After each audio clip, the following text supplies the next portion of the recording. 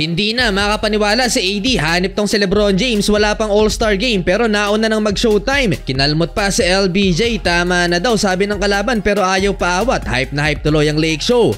Lakers versus Portland Trail Blazers, nakaturbo agad sa LBJ sa simula, pinahabol si DeAndre Ayton and one for the King. Off to a good start ang Lake Show at tumabot ng 12 points ang lamang dahil sa team effort ng Lakers. 8 points sa first quarter sa LBJ, no look assist kay AD. Nagsitanda na ang mga nakalaban nun ni LeBron, si Coach Billups, pero si LBJ naglalaro pa rin. Tumabla sa 24 ang talaan dahil kay Malcolm Brogdon, 10 points sa first quarter. Another no look assist ni LeBron kay Anthony Davis, 8 points din sa AD, 36-31, Lakers up by 5. Second quarter, si D'Lo ang unang nagtala ng double figure scoring para sa Lakers. Malaking tulong din off the bench si Cam Reddish, Christian Wood at Jared Vanderbilt, kaya nagkaroon ng 11-3 run ng Lake Show. LeBron James crazy pass kay Christian Wood, lumusot ang pasa sa interior, 5 assists sa first half si LBJ. Ayton struggle naman supalpal ni Christian Wood. LeBron James 3-pointer at napa-appear pa kay D'Angelo Russell. Eto pang All-Star game setup ni Russell kay LeBron James. Walang may bumaba na kalaban kaya eto ang nangyari.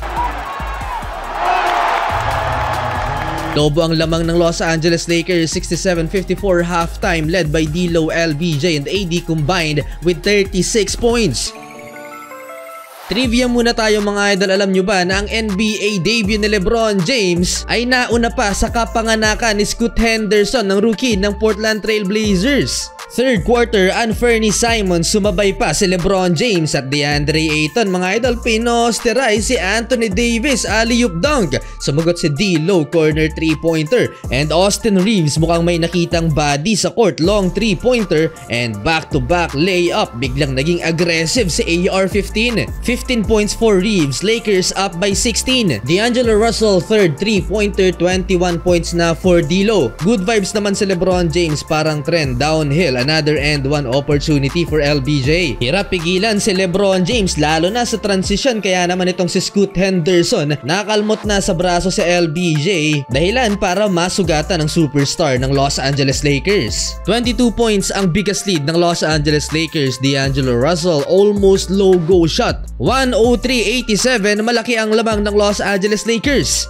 Ready na talaga sa All-Star Game si LeBron James. Eto, napatumbling pa mga idol. Hanep ang energy ni LeBron James, sinundan pa yan ng 3-pointer sa wing.